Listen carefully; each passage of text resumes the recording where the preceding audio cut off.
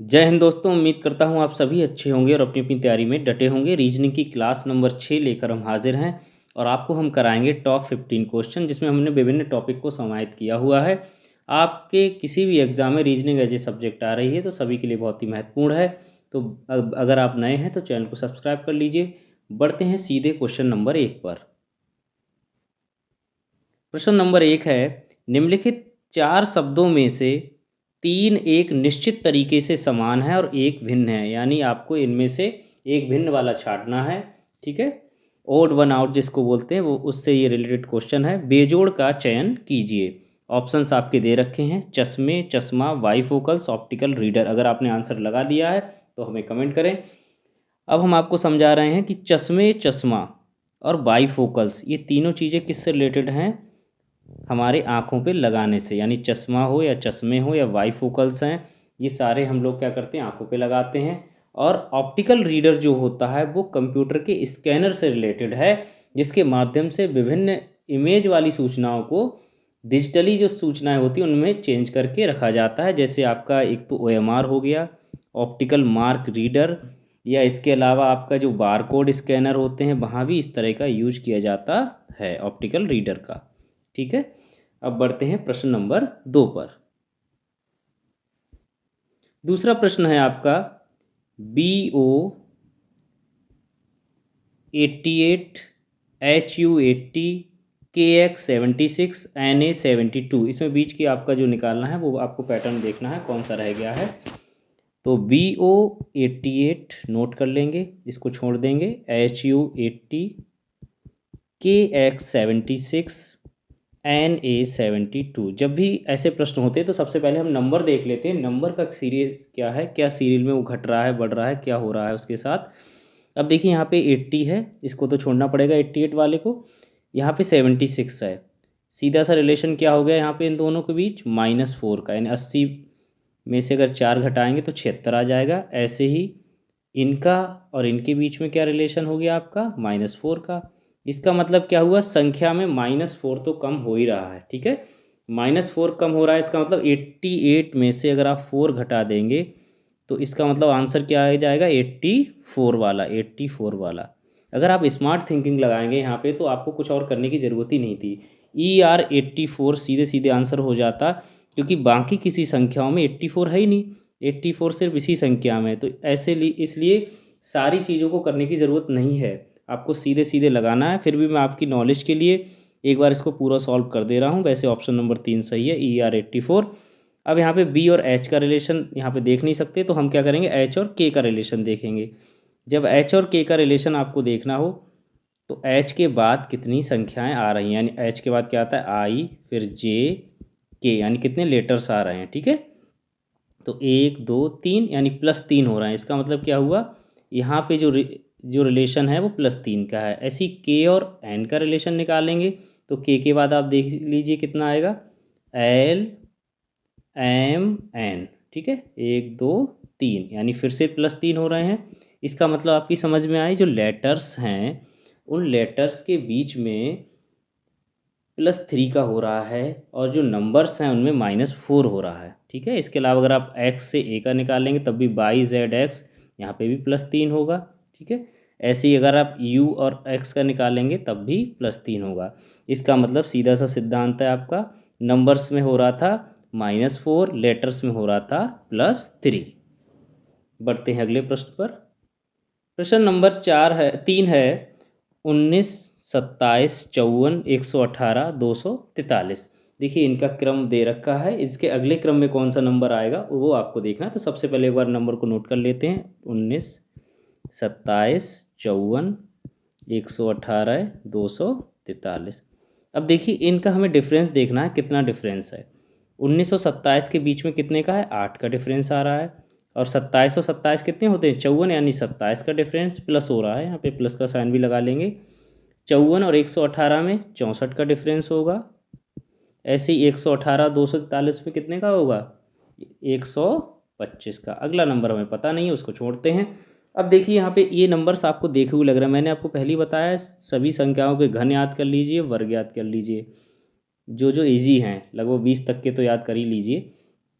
अब 8 का देखिए 2 का क्यूब होता है, 2 गुणा 2 गुणा 2 यानी 2 दूनी 4 दूनी 8, 2 की पावर 3, 3 तियाँ 9 तियाँ 27 यानी 3 की पावर 3, ऐसी 4 चौक 16 चौक 64 यानी 4 की पावर 4, ऐसी 5 पचम 25 पंजे 125, यहाँ पे सॉरी 3 होगा, पावर यहाँ पे 3, ठीक है।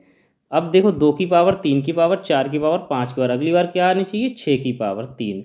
अब 6 की पावर 6 छंग 36 और छक्का होते हैं 216।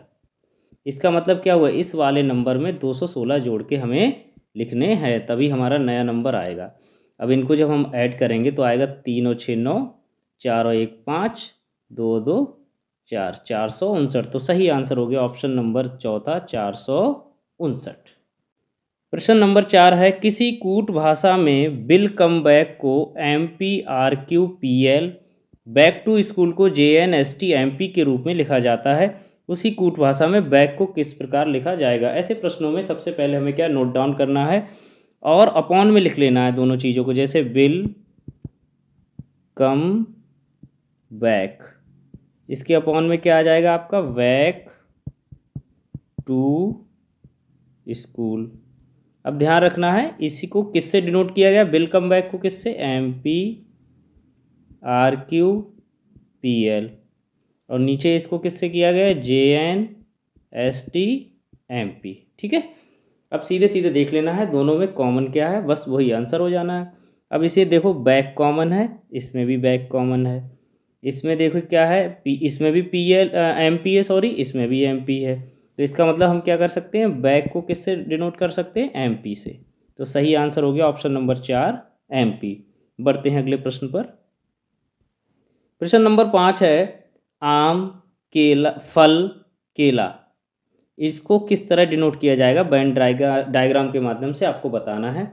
आम है, फल है, केला है। अब देखिए सबसे पहले एक चीज़ समझ लीजिए, जो फल हैं उसके अंदर ही आते हैं आम और केला,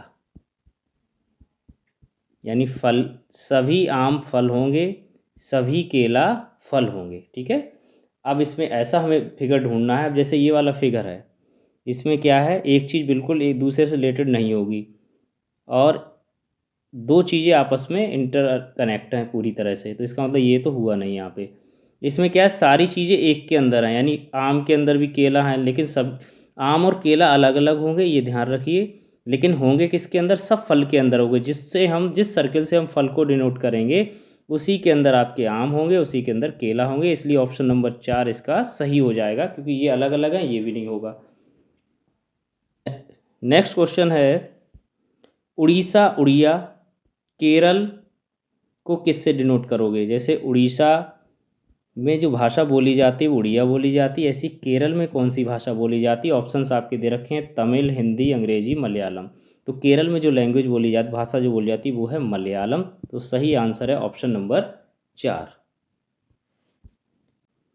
प्रश्न नंबर 7 है, NKJGSF, ठीक है। सिमिलरिटी वाला क्वेश्चन है, आपको NK का जो रिलेशन J और G से है वही रिलेशन S और F का किससे होगा ये आपको बताना है।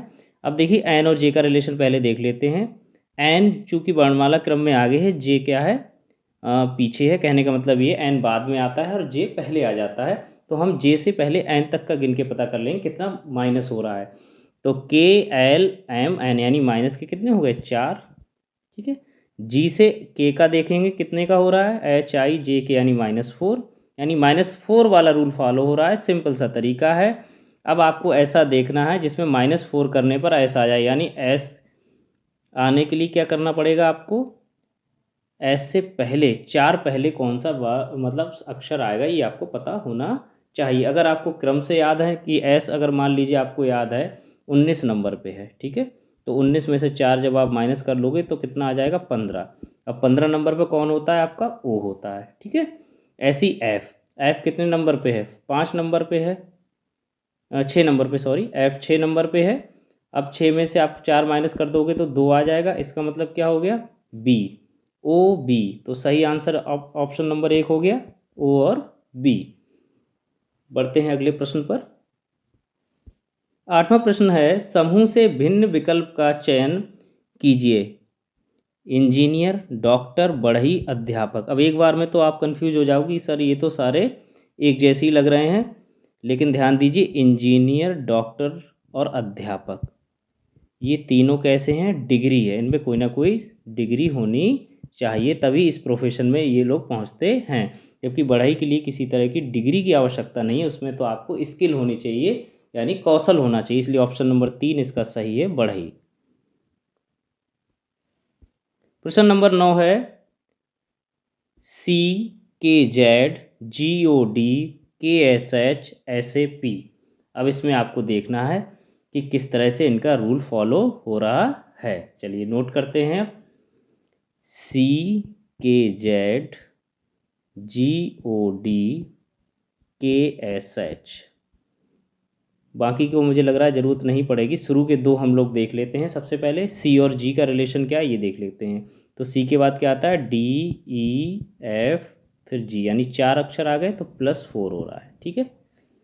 के बाद देख लेते हैं, ओ तक क्या जा रहा है, LMNO, यानी +4 यहाँ भी हो रहा है। एक बार जेड का भी देख लेते हैं, तो जेड के बाद ABCD +4 यहाँ भी हो रहा है, यानी +4 का रूल फॉलो हो रहा है। सिंपल सी बात है। अब हम क्या करेंगे, KSH इसको नोट कर लेंगे, इसमें +4 लगाते जाएंगे। +4 किया, कितना आ गया, LMNO, तो O आ गया, तो पहला अक्षर तो O हो गया। इसके बाद S का जब +4 करेंगे तो क्या आ जाएगा, TUVW, तो WOW तो आ ही गया यहाँ पे, फिर L ही ये पहला ही हो गया ऑप्शन, OWL। H के बाद जब आप +4 करोगे तब L आ जाएगा। ठीक है। बढ़ते हैं अगले प्रश्न पर। प्रश्न नंबर 10 है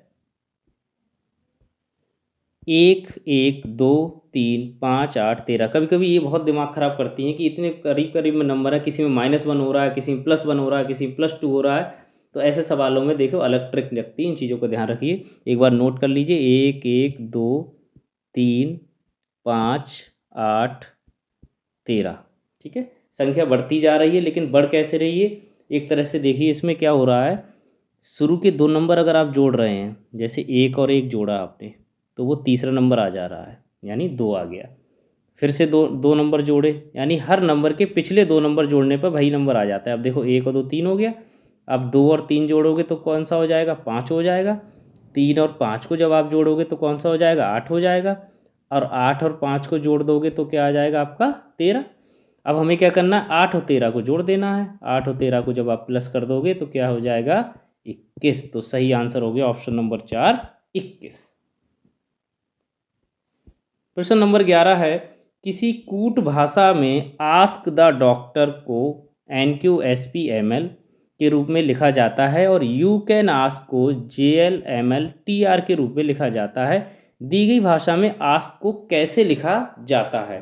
ठीक है। ऐसे प्रश्नों में जहाँ पे सिर्फ एक वर्ड के बारे में पूछा गया हो, एक लेटर के बारे में पूछा गया, तो मैंने आपको पहले ही बताया दोनों को अपॉन में लिख लो, जो कॉमन हो उससे आप कर लीजिए। अब आस्क द डॉक्टर ऊपर लिख लिया, आस्क द डॉक्टर, उसके अपॉन में हम लोग लिखेंगे you can ask, you can ask, क्योंकि जल्दबाजी में गलती नहीं होनी चाहिए, इसलिए लिखने में बिल्कुल परहेज ना करें। NQSPML JLMLTR। ठीक है। आस्क कॉमन है यहाँ पे, और यहाँ भी आस्क है, तो ये कॉमन हो गया। इसमें देखिए क्या कॉमन आपका आ रहा है, ML कॉमन आ रहा है, तो ML, इसका मतलब क्या हुआ, आस्क को किससे डिनोट कर रहे हैं हम, ML से। तो सही आंसर हो गया ऑप्शन नंबर 1, ML। अब देखिए 12वां प्रश्न है आमलेट अंडा धातु, यानी धातु किससे जुड़ी आपको ये देखना है। अंडे से क्या बनता है, आमलेट बनता है, यानी अंडा का बाई प्रोडक्ट एक तरह से आमलेट है। यहाँ पे जो आएगी चीज़ वो आएगी उससे धातु बने, यानी ऐसी चीज़ आपको देखनी जिससे धातु बनती है। क्या लकड़ी से धातु बनती है, तो नहीं, गलत हो गया। क्या लैटेक्स से बनती है, नहीं। क्या कुल्हाड़ी से धातु बनती है, नहीं। अयस्क यानी ओर जिसको कहते हैं, ओर से धातु बनती है, इसलिए ऑप्शन नंबर 4 इसका सही होता है। प्रश्न नंबर 13 है समूह से भिन्न विकल्प का चयन कीजिए, यानी इनमें से जो ऑड वन आउट जिसको बोलते हैं उसको ढूंढना है। केला, अंगूर, सेब, फूल गोभी, तो बहुत सिंपल हो गया। केला, अंगूर, सेब ये क्या हो गए, सारे फल हो गए। फूल गोभी क्या हो गई, एक सब्जी हो गई, इसलिए ऑप्शन नंबर 4 इसका सही हो जाता है। प्रश्न नंबर 14 है समूह से भिन्न विकल्प का चयन कीजिए।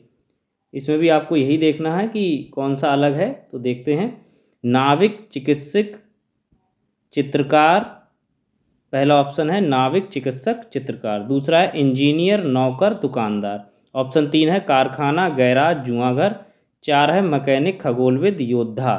अब देखिए, इसमें आपको ध्यान देना है, बहुत दिमाग से लगाना है कि नाविक, चिकित्सक, चित्रकार ये भी एक प्रोफेशन हो गया, ये व्यवसाय हो गया। ये इंजीनियर, नौकर, दुकानदार ये भी एक क्या हो गया आपका, व्यवसाय हो गया या प्रोफेशन हो गया।